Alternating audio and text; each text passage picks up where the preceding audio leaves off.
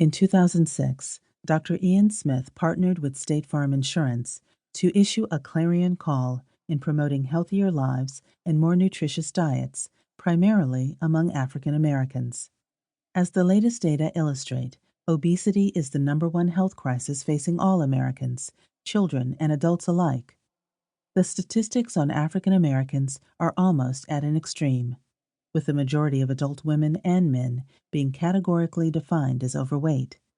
As more and more young people of color contract type 2 diabetes, high blood pressure, and even heart disease, the combination of poor diet, lack of exercise, and inadequate medical guidance and care is all the more lethal. This book brings to the fore an awareness that adopting a lifestyle of vegetarianism and veganism is not limited to one racial or age group. Rather, there are many people of color who adhere to this way of thinking, consuming, and engaging the earth and its bounty. In the instance of this powerful anthology, voices come from far and wide to represent women of color who speak not only to food and choice, but also to food and its intersections with numerous forms of injustice that are insidiously destructive to their lives. As one of few, if any, major works to address such intersections, this anthology is poised to reveal several realities about the ways that Black and other bodies of color ingest and digest the glaring racial disparities of our nation's health system. From medical misdiagnoses to the lack of adequate health care and on, many people of color suffer needlessly. When you combine this reality with the fact that the majority of neighborhoods of color promote junk foods, from triple-layer cheeseburgers to 40 ounces of malt liquor, to the latest and greatest sugary cereal, and that these locations are wholly deficient in offering grocery stores that provide fresh and affordable produce, then living healthier is not simply about choice. It is also about choices that get made to grant and deny access to a better way of life. Consequently, a lifestyle of health is also about inherent race and class discrimination. This anthology gives voice to these disparities and highlights their consequences. This book holds a collection of narratives, poetry, critical essays, and reflections from a diverse North American community of Black identified females, females of the African diaspora.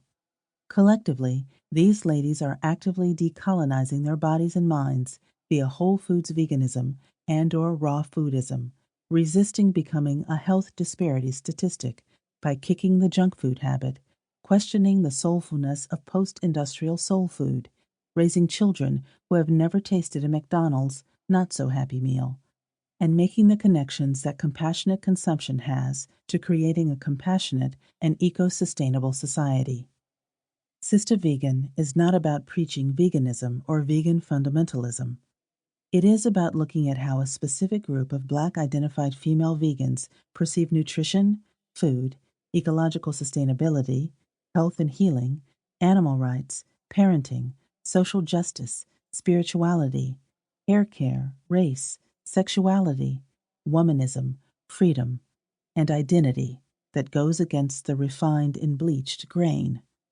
Not all contributors necessarily agree with each other, and that is the beauty of this edited volume.